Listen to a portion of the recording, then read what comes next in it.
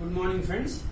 Today we are going to discuss about the response to the single degree freedom system undamped free vibration. I am Dr. Venkat, Associate Professor, Gayatri Vidya Parishad College of Engineering, Visakhapatnam. So, for a undamped free vibration of single degree freedom system can be modeled as this is a mass on the rollers, mass M, connected by a spring of stiffness K and connected by a dash pot called C, and this is bond D, and it is subjected to a degree of freedom called x of t. So this is a mathematical model for damped single degree of freedom system for free vibration. This means the moment there is a damping present in the system, the vibrations will die off after some time. In order to explain this, we will have a small model to demonstrate you. So this is a model of a cantilever beam with a single mass and having some stiffness, and when this is subjected to free vibration, which means a initial displacement, and leaving this will continue to vibrate, and we see slowly a tip of this particular cantilever beam will slowly the vibration will come to rest. That means because of the damping present in the material, which is called material damping or structural damping, because of that this vibration getting reduced. Let us see one more time. So this is initial displacement, and leave it is getting vibrations, and after some time this vibration is coming down to zero. That means there is damping present in the material, which is a C. There are three types of damping: structural damping, friction damping, and viscous damping. Here the vibration are dying off because of structural or material damping. The equation of motion for a damped system is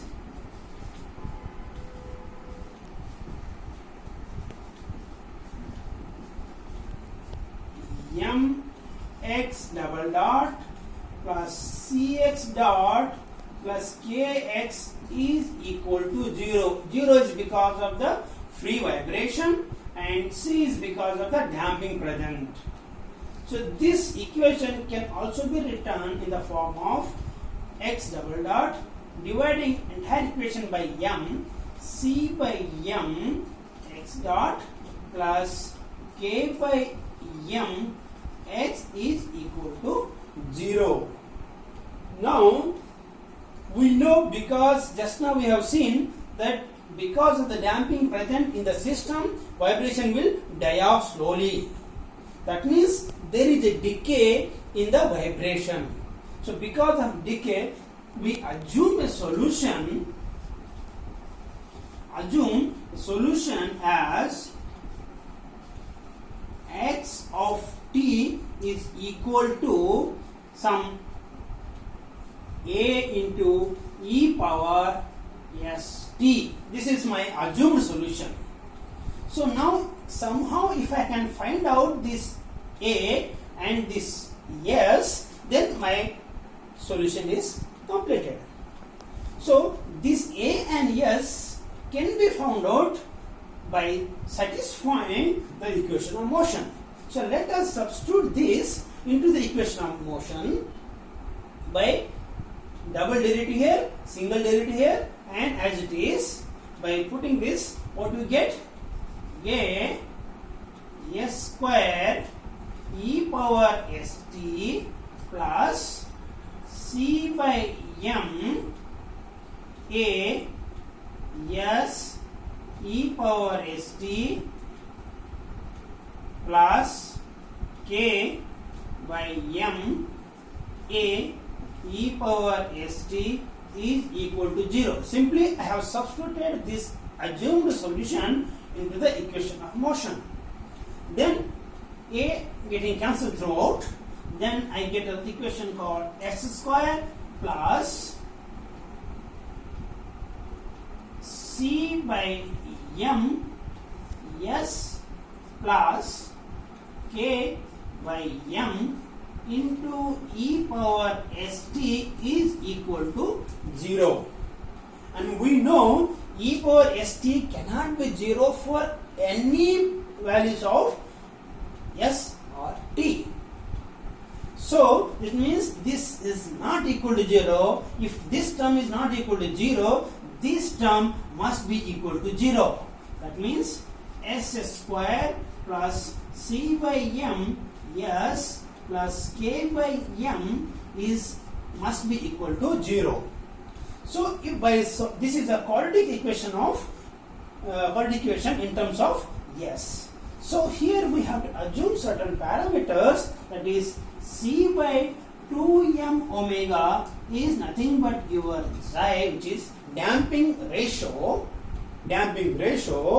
and we also know k by m is nothing but your omega square.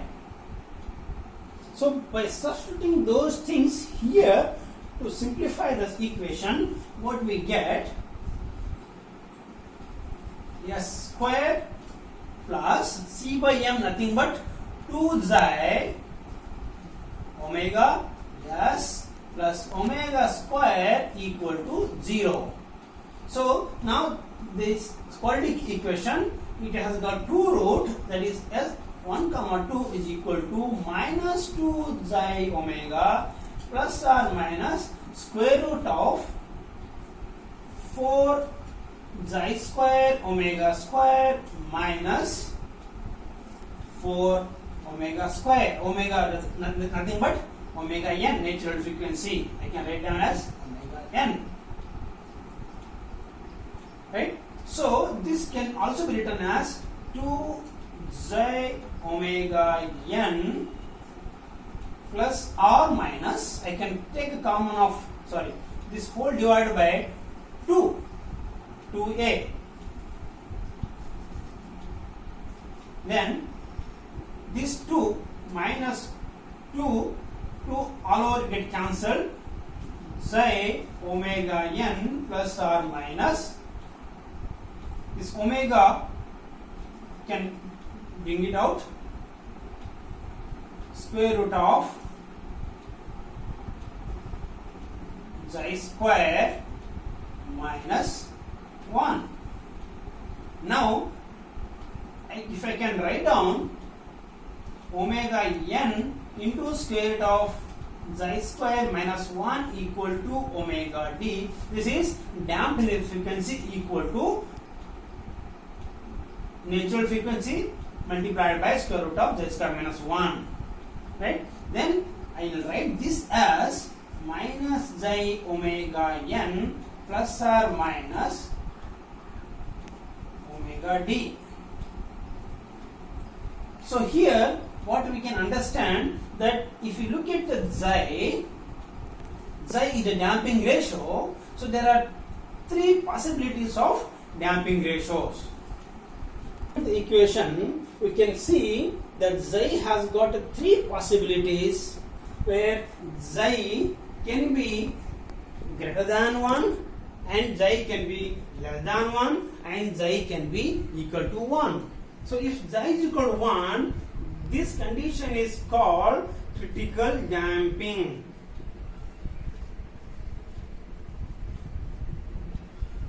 If xi is greater than 1, this is called over damping. If xi is less than 1, then the condition called under damping.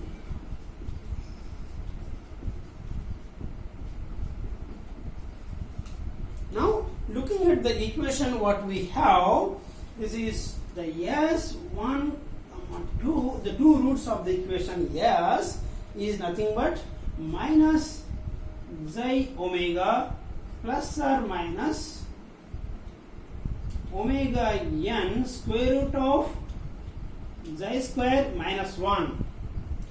Right? This is what equation we have. If xi equal to 1, then this term vanishes. Right? This term vanishes. Then what we have, S has got only one root, which is minus xi omega n. So substituting that, now S has got only one root, substituting into the equation we assume, which is the x of t is equal to a1, because only single root, a1 plus a2 t times e power minus xi omega nt. This is the solution of the system of critical damping. This is system of when xi is equal to 1. Right? So this a1 and a2 can be found out from initial conditions. What are the initial conditions? That is, initial displacement is equal to x naught, initial velocity equal to u naught. But we don't worry too much about this system, particularly for civil engineers, because for a structure, damping cannot be more than 20%. So 1 means it is 100% damping is not possible for civil structures. We don't worry too much for this kind of system. Let us talk about the second condition, which is the over damping.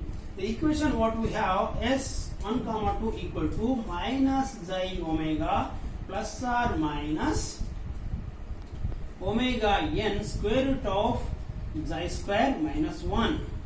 And we know when xi is more than 1,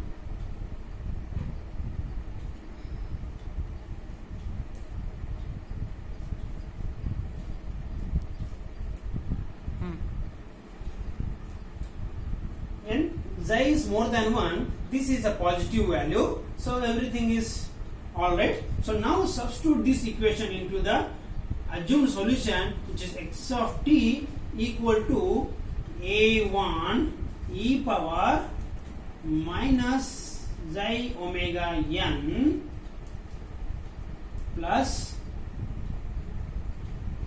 omega n square root of xi square minus 1 whole times t plus a2 e power minus xi omega n minus omega n square root of xi square minus 1 times t.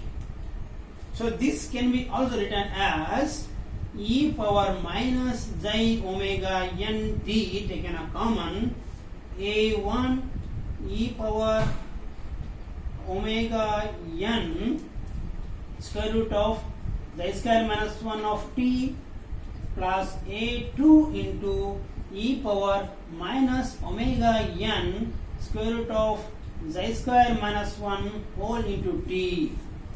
What we can understand from this is that the whatever may be this term, this cannot be 0. Some amplitude multiplied by exponential of minus, which is decaying.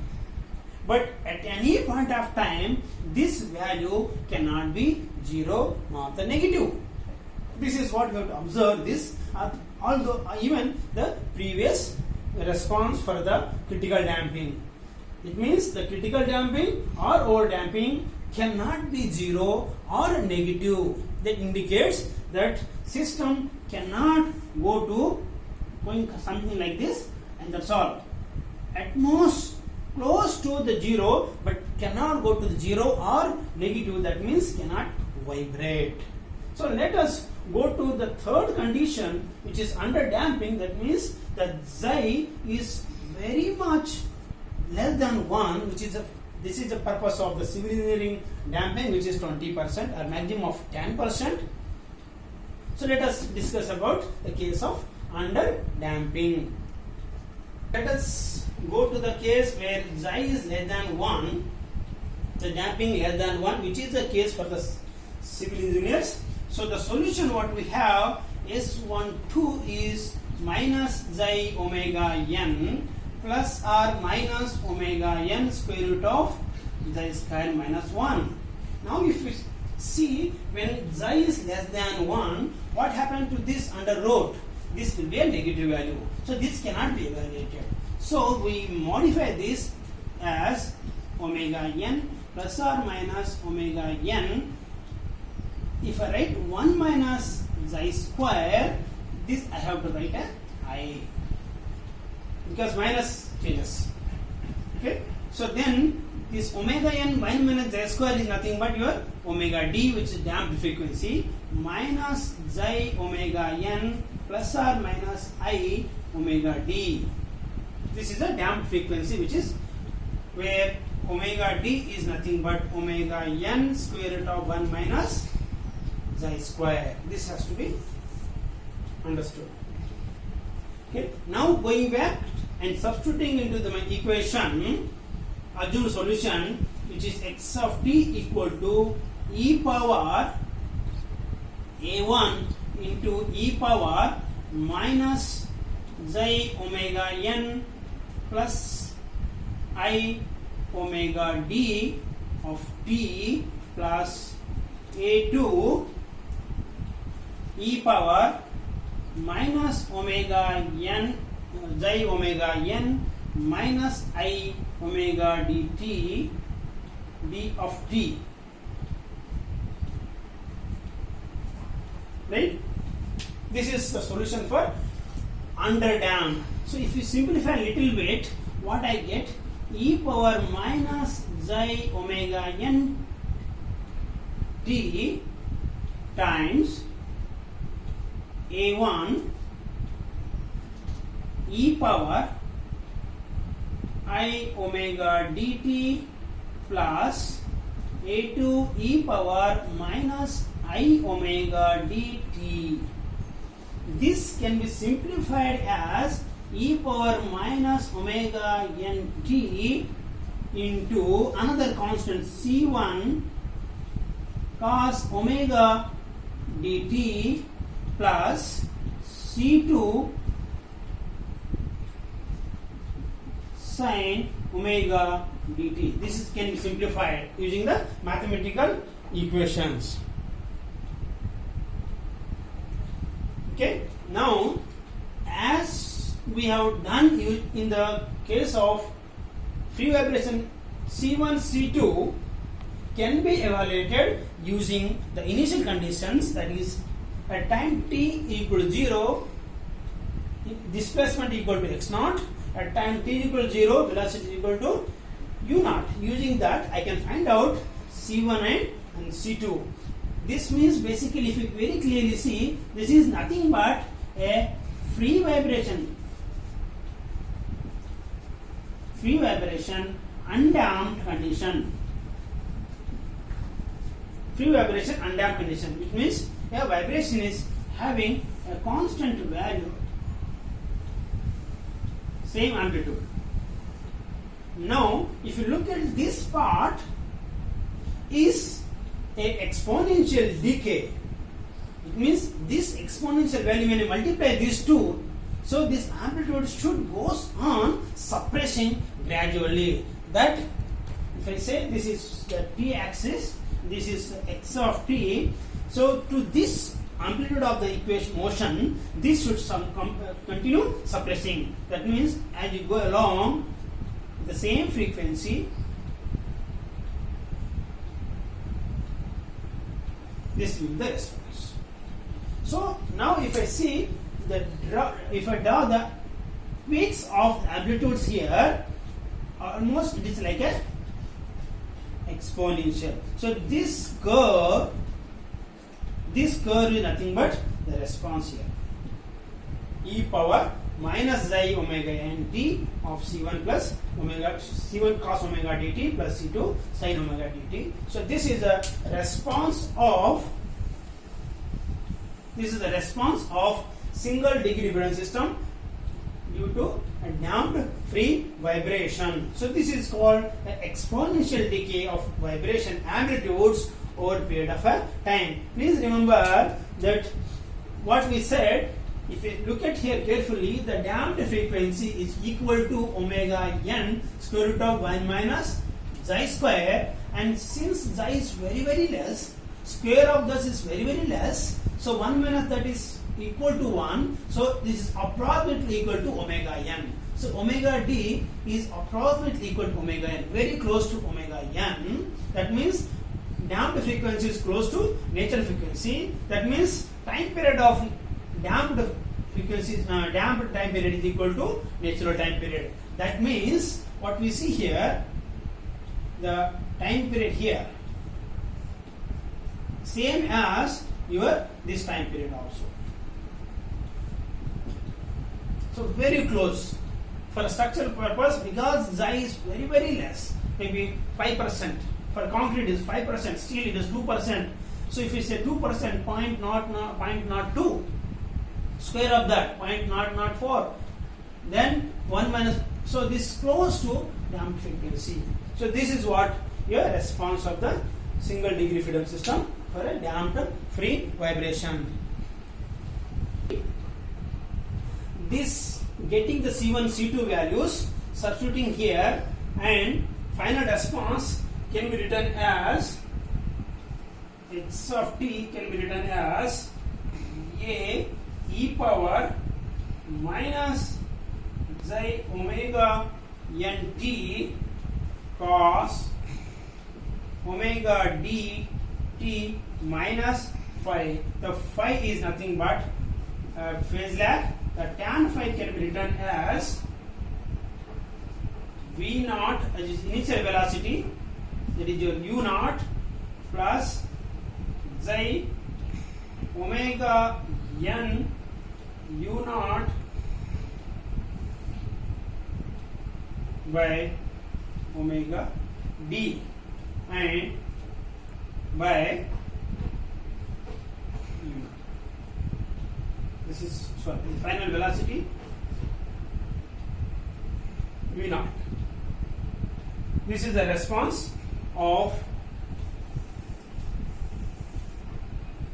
undamped free vibration due to single degree freedom system. Thank you.